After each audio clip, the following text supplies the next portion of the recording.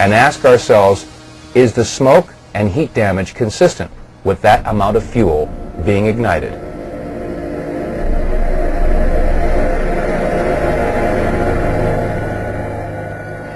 Ms. Therese Sagnier, a certified environmental specialist and a member of the Environmental Assessors Association, sent us the following letter after a brief conversation we had on the telephone. She had said to us that the amount of fuel that would have been left in the aircraft that had hit the Pentagon would basically have reduced that section of the Pentagon to rubble and would have burned for days. And that 8,600 gallons of fuel had a BTU rate of 86 million. She also stated that looking at the total weight of this aircraft in conjunction with its velocity, the Pentagon should have been reduced to the thickness of a pancake. Also, the fuel spill of 8,600 gallons would have posed a very large soil removal and disposal project, since the contaminated soil would be considered hazardous waste under Title 40 of the Code of Federal Regulations. Also, looking at the total heat value output of the JP-8 jet fuel, at 86 million BTUs, the temperature of the fire at the Pentagon after ignition would have been in excess of 3,000 degrees Fahrenheit. You could expect this size of involvement to last for days, and it would be visible for miles. Another interesting question that is raised is in the photographs of the collapsed area of the Pentagon. If you'll note the upper floor and roof area, it appears that that area simply collapsed and does not show any impact damage from a tail section that was over 43 feet in height. How could a 757 slam into the Pentagon and not have an impact area where the tail section would have hit the upper floors? Shortly after these questions were raised and the topic was open for discussion on our radio show, The Power Hour, these 5 frames were released from a security camera at the Pentagon. The only problem is that the release of these 5 photographs seemed to raise more questions than they answered. First of all, why was the date incorrect in the lower left corner of the screen? Second of all, they really didn't show that there was a 757 that had hit the Pentagon. And thirdly, many people asked, is this the only security camera that was on at the Pentagon? The Pentagon. This is the nerve center for the United States military, supposedly the most secure building in the country. And this is the only video footage that was available of the most heinous attack ever recorded at the Pentagon? Where were all the other security cameras aimed? What about the security cameras that were on in the hallways at the Pentagon? Every inch of the Pentagon is under video surveillance. Where are those video cameras?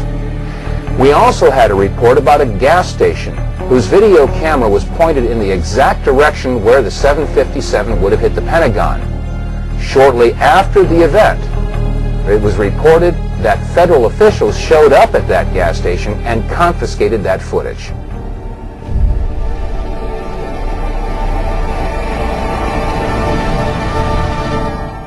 Osama bin Laden is not an easy subject. Characterizations of him vary wildly. The most common, because it's the official narrative of cardboard cutout simplicity, is that he's the world's #1 villain, the diabolical mastermind behind the events of September 11th. Another view, Osama is the conscience of Islam. Well, globally, Osama is like a Rorschach ink blot.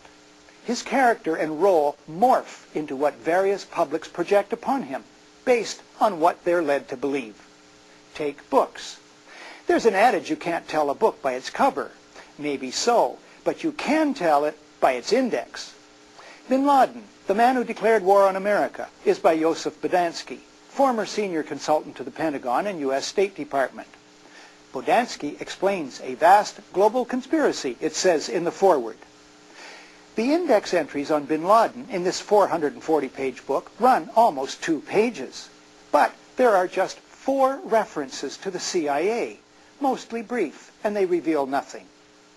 Yet the decades-long $8 billion CIA covert operation in Afghanistan was also its largest ever, according to numerous sources, including journalist John Cooley in his book, Unholy Wars, Afghanistan, America, and International Terrorism. Contrast the Bodansky book with this one, Taliban, by Ahmed Rashid. He's a Pakistani journalist who's covered Afghanistan for 21 years. In his index are 8 entries about bin Laden and 11 about the CIA. Now back to bin Laden. What do most sources agree on? We know bin Laden is born in Saudi Arabia in 1957. Okay, we're not sure about the year. His father becomes a close friend of the king and fabulously wealthy. Bin Laden Corporation becomes one of the largest construction companies in the Middle East. In this business, you're dealing with the Pakistani intelligence, the ISI, Saudi intelligence, the CIA. With his family's blessing, Osama becomes closely associated with the CIA in the Afghan war against the Soviets. Bin Laden Corp, Ahmed writes, built major training camps for the CIA. In 1986, he helped build the Coast Tunnel Complex, which the CIA was funding as a major arms storage depot, training facility, and medical center for the Mujahideen. At this point, bin Laden's story, like Stephen Leacock's horse, rides madly off in all directions. My questions: did he turn against the CIA? Maintain ties while making anti-American statements? Was he manipulated?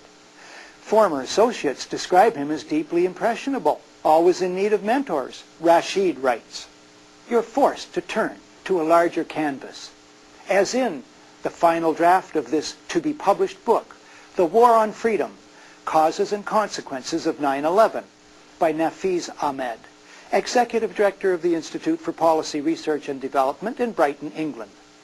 He's an Oxfam campaigner who specializes in writing international reports on human rights.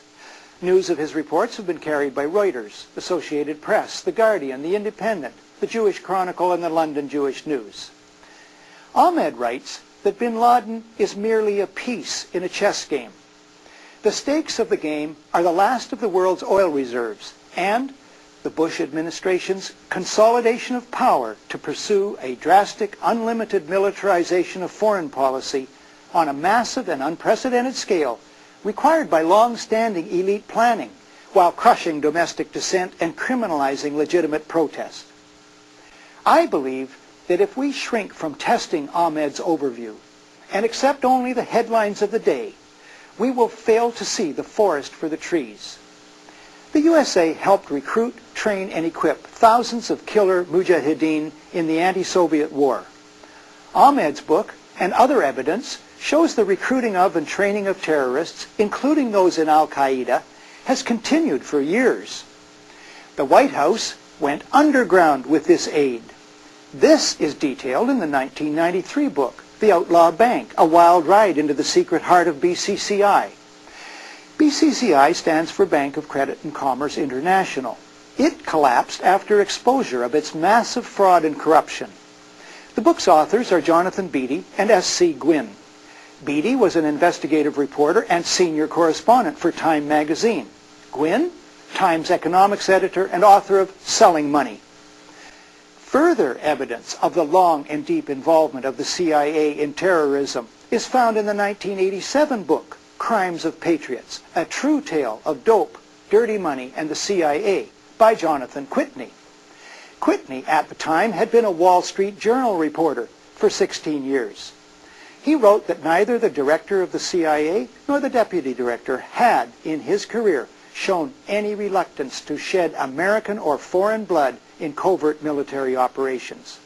The book details how some of the biggest names in American defense and intelligence were involved in an operation that promoted the dope trade, tax evasion, and gun running.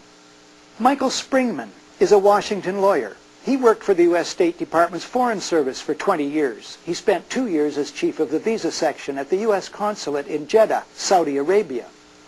He says superiors repeatedly ordered him to issue visas to unqualified applicants. It was illegal. He protested. He's just written this article in the reputable Covert Action Quarterly of Washington, D.C., and was interviewed by the CBC radio program Dispatches. I had not been protesting fraud. What I was protesting was, in reality, an effort to bring recruits rounded up by the agency and Osama bin Laden to the U.S. for terrorist training by the CIA. He details numerous cases. The State Department did not run the consulate in Jeddah. The CIA did.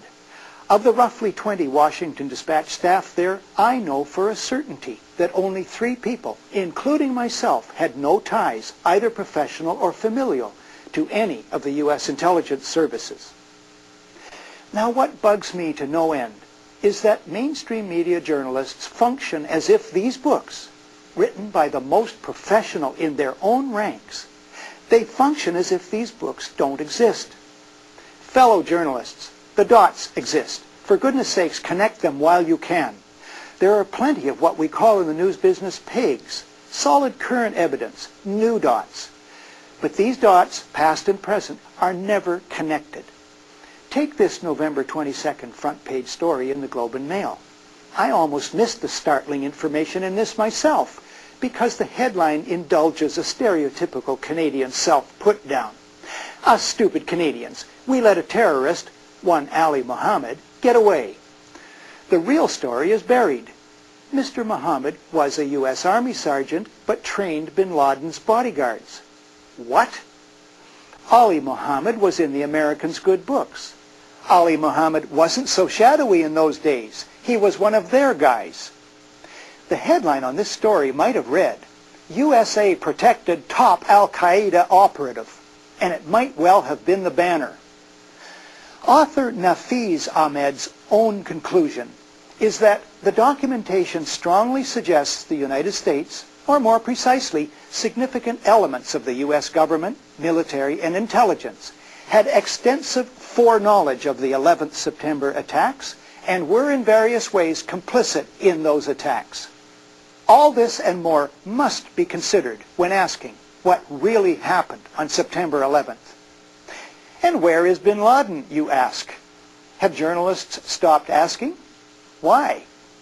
Journalist and former Los Angeles Police Department detective Michael Rupert quipped recently, "One guess is that he's in Switzerland having his nails done."